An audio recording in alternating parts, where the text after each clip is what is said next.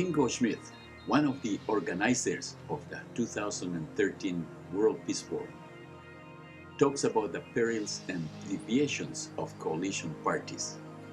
Specifically, he reports about the Greens and Reds cooperation in Germany.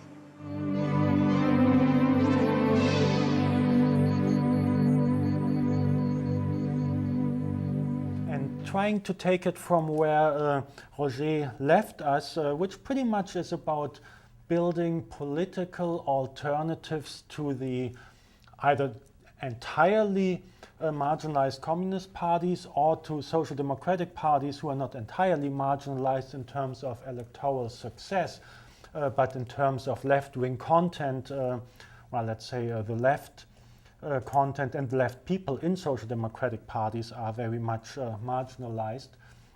I should go back a little bit to attempts that were made in terms of building, let's say, mass parties who could attract more than a handful of people. Alternatives to social democracy that were made in the 70s in Europe, and this is not because I don't want to talk about a socialist future. This is because this period starting in the 1970s explains some of the difficulties we are facing today in building something which might be red-green.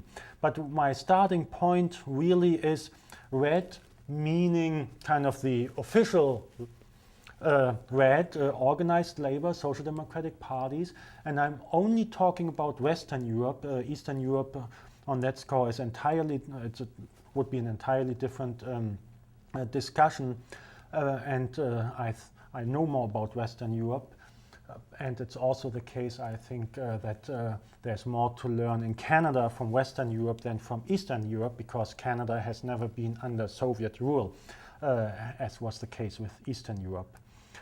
So red in Western Europe means organized labor and social democratic parties. And later in the discussion we might see whether red can also have some other content, more along the lines of Rosa Luxemburg or whoever your favorite radical lefty might be. And green obviously stands for the environmental movement, but I thought it would be appropriate to use green a little bit more broadly, more as a metaphor for various then so-called new social movements that emerged in the 1970s. One of them obviously being the environmental movement, but also a new women's movement, civil rights movements. And broadly speaking, one could say that those then new social movements actually tried to broaden the political agenda of the official red organizations, labor and social democratic parties. These new movements all had a point, and basically what they were aiming at was to broaden the scope beyond bargaining over the distribution of income, which unions were engaged in terms of bargaining, collective bargaining for their members, and social democrats in terms of trying to raise taxes and redistribute money through the welfare state. And both of these activities are quite legitimate, but they were also defined in a rather narrow way, and new social movements pointed at those limitations. Most notably, the environmental movement said, well, you guys want to distribute income, but you never ask about the cost Mother Earth is incurring by the way this income is produced, and this is simply not sustainable. And that was big in the 70s in some European countries, in others not so much, which is quite interesting. And then civil rights movements, women's movement, they were pointing at the social costs of the welfare state bargain, saying, well, you negotiate some goodies for some people, but not for all of the people. And most vocal in those terms were the women saying, well, we don't care about the wages the union negotiates for the male workers as long as we are confined to household work, and there were basically two strategies put forward. One was saying, okay, we keep on doing household work, but we want to pay it like a factory worker. Well, that was quite shocking for lots of people. And the other said, well, we might as well go to work and not necessarily trying to become auto workers. But what I'm saying is kind of the bargain between labor and capital was challenged by these movements, and that led to severe infighting between organized labor and social democracy on the one hand, and the new social movements on the other hand.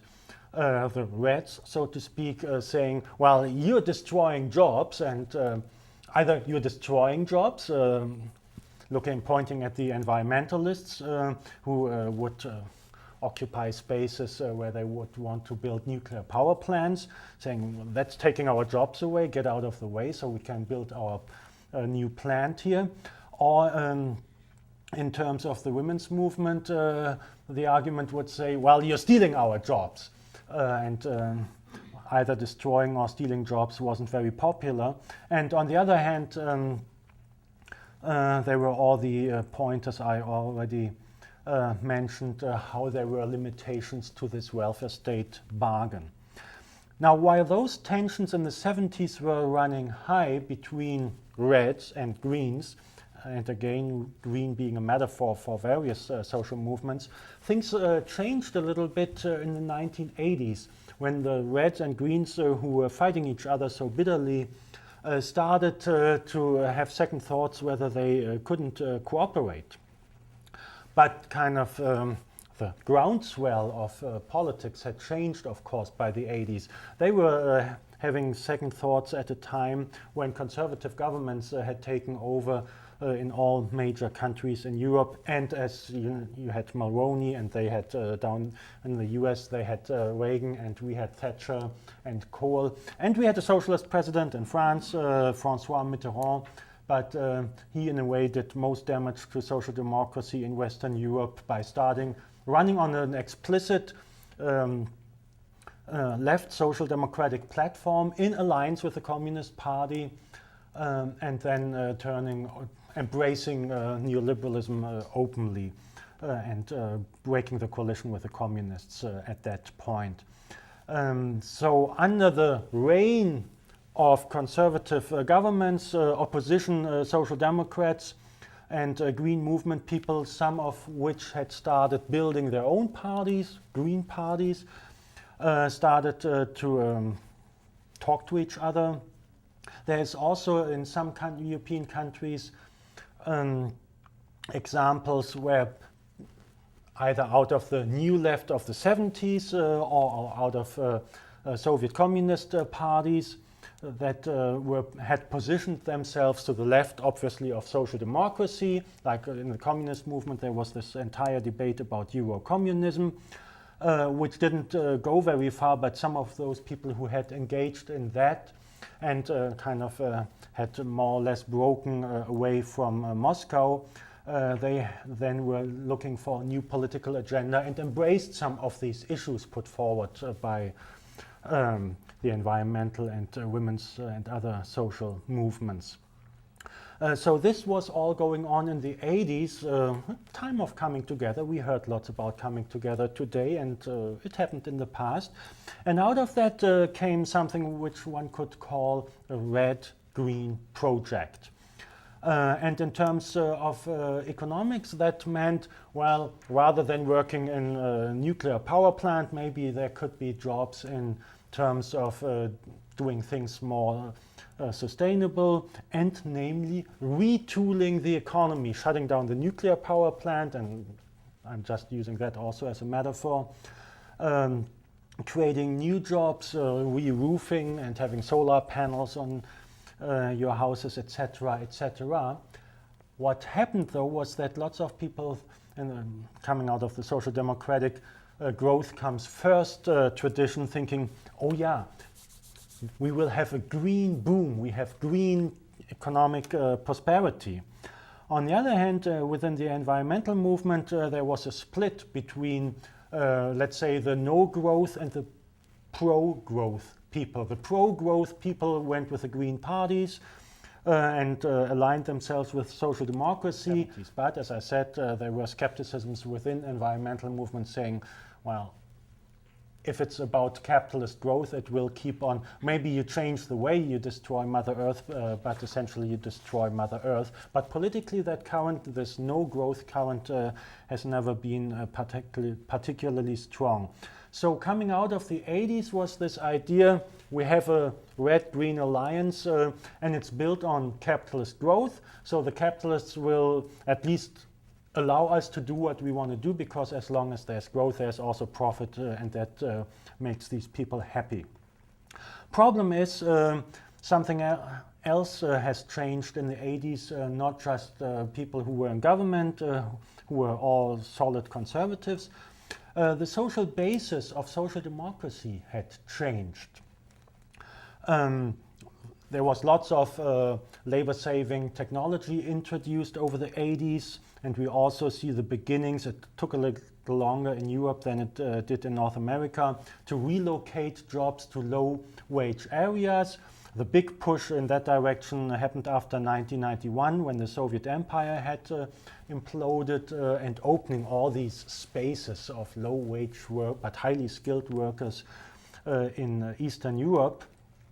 And that weakened the unions, particularly the unions who were the backbone of the old social democratic welfare state in manufacturing, steel and mining. The blue-collar, male-dominated unions that are so often criticized, whatever you think of them, they were the backbone of social democracy in the post-war era, and they were severely weakened. At the same time, what happened was the rise of a new professional middle class, people having college degrees and thinking they're better than these dirty blue-collar workers, thinking very highly themselves, but not being entirely sure about their social position as much as they thought made of their college degrees, as uncertain they were about the future of their jobs and whether there would be enough money for them. And this led these people to turn against the welfare state, because they said, well, to demonstrate what a good person I am, I need some money, for example, that I can buy a Volvo that doesn't burn as much fuel as other cars do.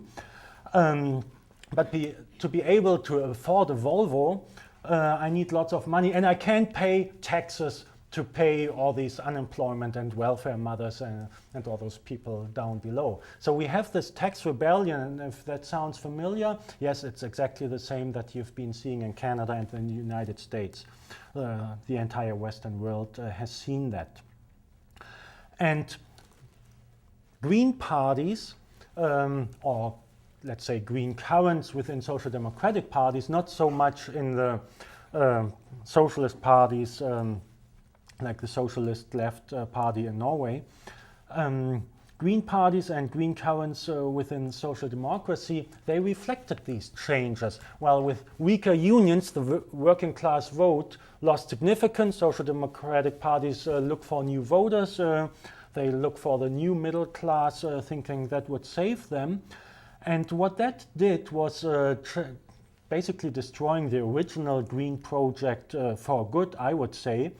The best thing that came out of the green movements of the 70s was the idea of sustainability. Now, among ecologists, that's just common sense, but for other people, that was still rocket science. The damage green parties did to that idea was that they reframed sustainability as something that has not so much to do with the environment as with fiscal policies. And it's actually a new word for an old idea, and the old idea is the pre-Keynesian age, where states can't have budget deficits, and as soon as they have one, they have to tighten the belts of somebody, and the somebody inevitably is the weakest in society, the people who live on welfare and other recipients of social expenditure spending provided by the state. So what we see is a transformation of social democracy away from the welfare state. So the idea you could have a welfare state plus saving Mother Earth was completely destroyed, because the idea of the welfare state was not even defended by Social Democrats who were so important originally in making that idea real, which they, whatever else you think of them, which they did under the unique circumstances following the Second World War.